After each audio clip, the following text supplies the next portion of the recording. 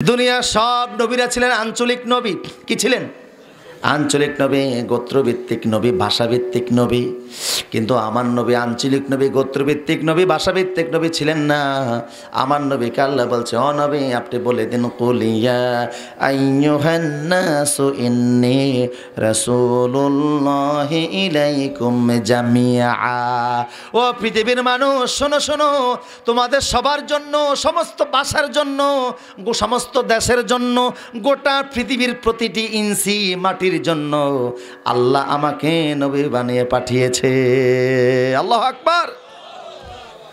গোটা বিশ্বের সমস্ত মানুষের জন্য আখির নবী, শেষ নবী মুহাম্মদ রাসূলুল্লাহ সাল্লাল্লাহু, এত সম্মান আল্লাহ তার হাবিবকে, দোস্তকে দিয়েছেন।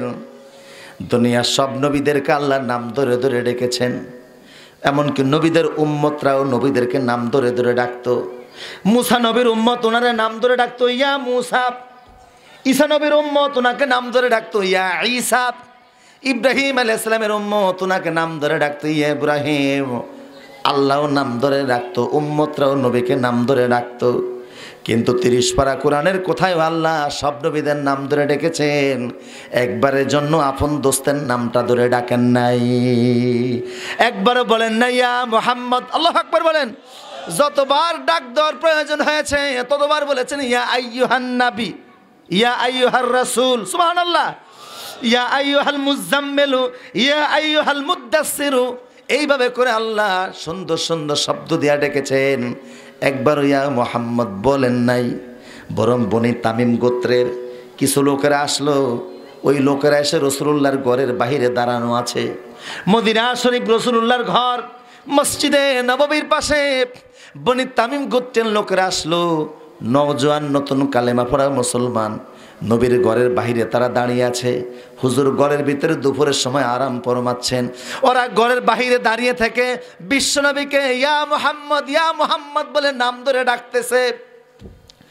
হুজুরকে যখন বনি তামিম গোত্রের লোকেরা এসে নাম ধরে ডাকলো, আসমানের মালিক এই ডাকাটা বরদাস্ত করতে পারলেন না। আল্লাহু আকবার। সাথে সাথে আয়াত নাজিল করে দিলেন, সূরা নাজিল করে দিলেন। হুজরাত নামে নবী ঘরে আছে, তো ঘরের নামে সূরা নাজিল হয়ে গেছে। সুবহানাল্লাহ বলেন, সুবহানাল্লাহ। নবী রুমের মধ্যে আছে, কামরার মধ্যে আছে, তো কামরার নামে সূরা নাজিল হয়ে গেছে, সূরা হুজরাত। ইন্নাল্লাযীনা ইউনাদুনাকা মিন ওয়ারাইল হুজুরাত ফাআকসারুহুম লা ইয়াকিলুন। ও নবী, ওরা ঘরের বাহিরে দাঁড়িয়ে আপনাকে নাম ধরে ধরে ডাকতেছে। এরা মূর্খ, এদের আকেল নাই, এদের বুদ্ধি কম। এরা যদি জ্ঞানী হতো এমন নবীর নাম ধরে ডাকতে পারতো না। আল্লাহু আকবার। আল্লাহ বলতেছেন এরা কেন ধৈর্য ধারণ করলো না, কেন আপনাকে ডাকতে গেল?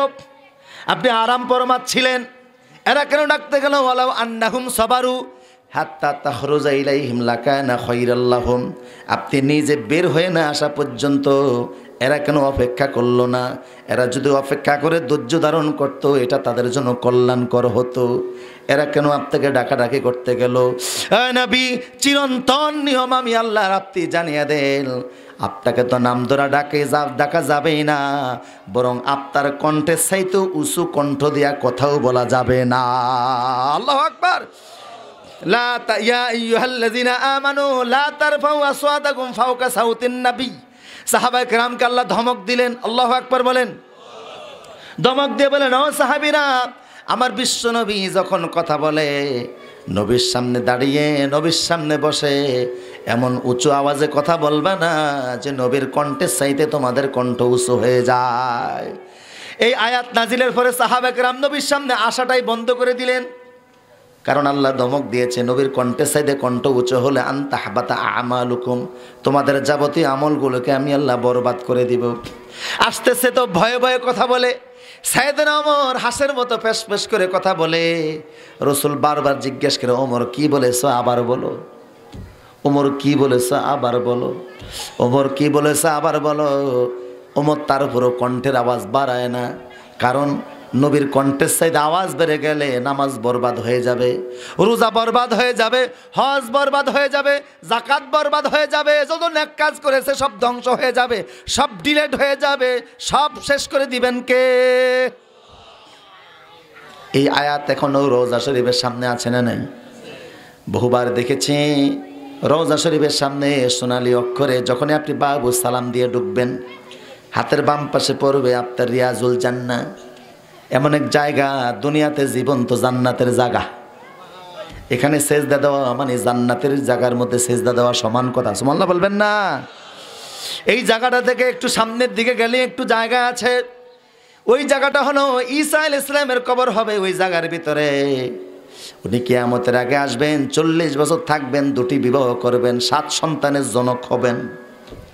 ঈসা আলাইহিস সালাম 40 বছর থাকবেন, 2টা বিবাহ করবেন, 7টা সন্তানের বাবা হবেন।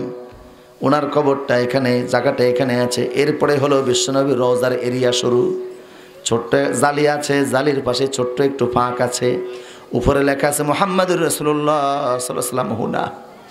ওই জায়গায় গেলেই হাজীদেরকে দেখেছি বুকটা কাঁপতে থাকে, চিৎকার করে না, আওয়াজ দেয় না, কারণ নিষেধ শব্দ করা যাবে না, কিন্তু কলিজা ফেটে যায়, দর দর করে চোখ থেকে হাজীদের পানি পড়ে।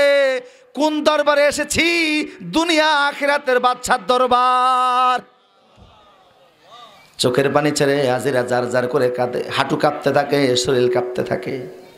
বিশ্বনবীকে সালাম দিয়ে আরেকটু সামনে গেলে সিদ্দিকে আকবর আবু বকর রাদিয়াল্লাহু তাআলার কবর, সেখানে দাঁড়িয়েও সালাম দেওয়া। এরপরে একটু সামনে গেলে সাইয়েদনা ওমর রাদিয়াল্লাহু তাআলার কবর, সেখানেও সালাম দেওয়া। এরপরে গিয়ে পাশে দাঁড়িয়ে দোয়া করা, কারণ এখানে দাঁড়িয়ে পুলিশ দোয়া করতে দেয় না, ভিড় হয় বেশি, মানুষের চাপ বেশি, এই জন্য একজন একজন করে বাহির করে আর দূরে দাঁড়িয়ে যেয়ে দোয়া করে। কথা বুঝতেছেন কি না? আবার প্রিয় সুদীপ, সেই বিশ্বনবীর কণ্ঠের উপরে কণ্ঠ উঁচু বাড়াতে আল্লাহ নিষেধ করেছেন। আয়াতটা এখনো বলবৎ আছে। এখনো যদি রওজার সামনে যায় যদি কেউ জোরে কথা বলে তার আমল বরবাদ হবে, এই জন্য এখনো ওখানে যায় জোরে কথা বলা যাবে না। আল্লাহু আকবার। আবার আল্লাহ বলেছেন, ও নবী ওয়ালাউ আন্নাহুম ইযলামু হাত্তা, ও নবী যারা নিজেদের প্রতি জুলুম করেছে, যা উকা আপনার কাছে এসে যদি ফাস্তাগফিরুল্লাহ ওয়াস্তাগফার লাহুমুর রাসূল ওয়াজাদাল্লাহু তাওয়াবার রাহিমা, যারা নিজেদের প্রতি জুলুম করে আপনার কাছে এসে যদি ক্ষমা চায়, আপনি নবী যদি তার পক্ষে আমার কাছে সুপারিশ করে দিন, আপনার সুপারিশ কবুল করে আমি এই লোকটাকেও মাফ করে দিব।